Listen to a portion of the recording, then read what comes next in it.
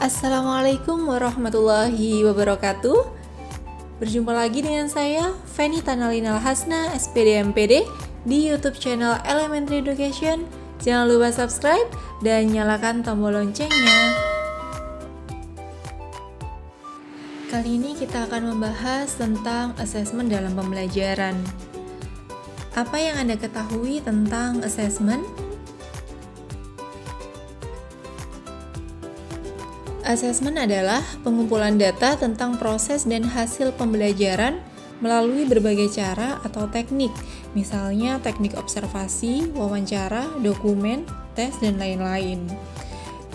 Nah, jadi dapat disimpulkan bahwa asesmen merupakan serangkaian proses penilaian melalui berbagai cara yang dilakukan secara terus-menerus oleh guru selama kegiatan pembelajaran untuk menemukan data-data hasil belajar siswa.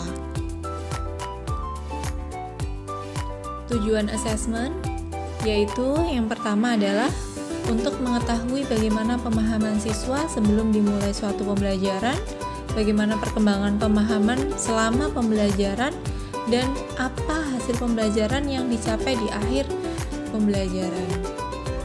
Yang kedua, untuk mengetahui seberapa jauh siswa dapat mencapai tingkat pencapaian kompetensi yang dipersyaratkan, baik selama mengikuti pembelajaran dan setelah pembelajaran berlangsung.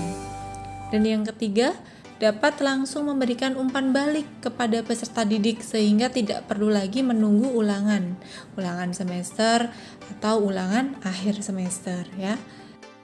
Adapun fungsi asesmen bagi siswa antara lain, yang pertama yaitu sebagai alat ukur untuk mengukur prestasi belajar siswa setelah menempuh proses belajar mengajar dalam waktu tertentu. Kemudian motivasi ya, jadi asesmen juga bisa memotivasi siswa dalam pembelajaran. Kemudian yang ketiga, mengetahui kesulitan siswa. Jadi di sini fungsi asesmen yaitu dapat menemukan kesulitan belajar siswa. Kira-kira siswa tersebut kekurangan dan kelemahannya itu dalam proses pembelajaran yang mana, materi pembelajaran yang mana. Lanjut di ruang lingkup penilaian.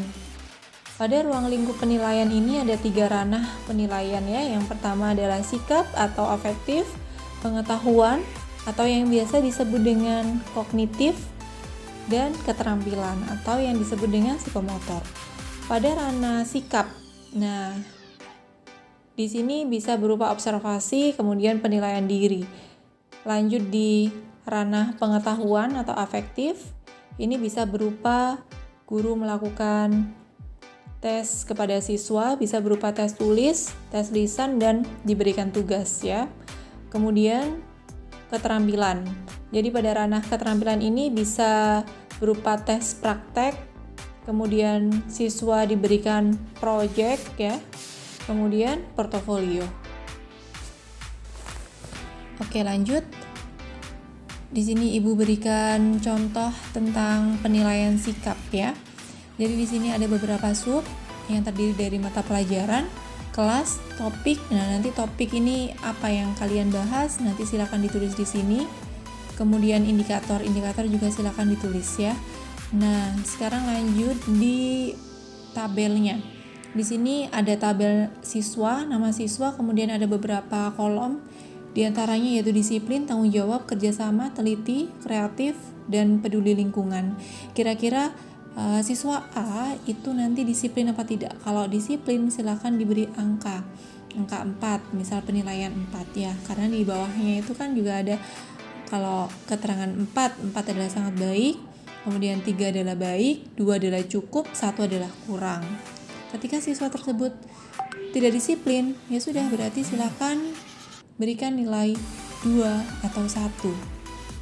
Ketika siswa tersebut bertanggung jawab, ya berarti silakan berikan nilai 4 atau 3 dan seterusnya.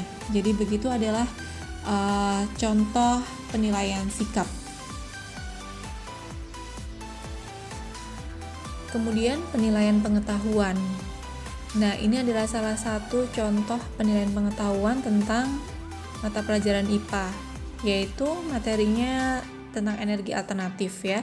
Jadi ketika nanti energi alternatif ya berarti kalian buat penilaian tentang energi alternatif tersebut untuk mengukur indikatornya. Ketika kalian membahas tentang wujud benda ya berarti kalian buat tabel kira-kira indikator yang akan diukur itu apa saja, silakan dimasukkan di penilaian pengetahuan.